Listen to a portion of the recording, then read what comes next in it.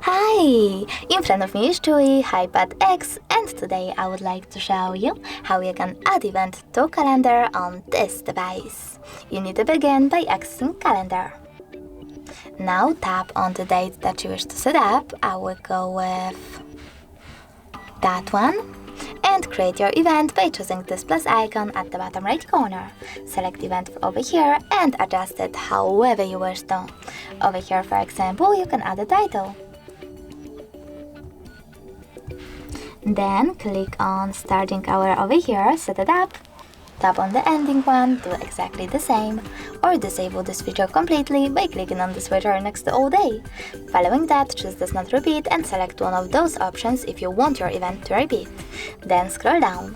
Now you can take notes, set up notifications, minutes, hours, weeks before your event, click on done, and even add people, or select add location. Type in an address and click on the correct one.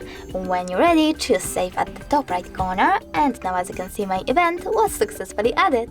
If you wish to edit it, you need to tap on it and then select this pen icon at the top right corner of it. Make your changes and tap on save again. If you wish to get rid of it though, you need to click on it as well, but this time select those three dots at the top right corner, tap on delete and confirm your choice in this pop-up.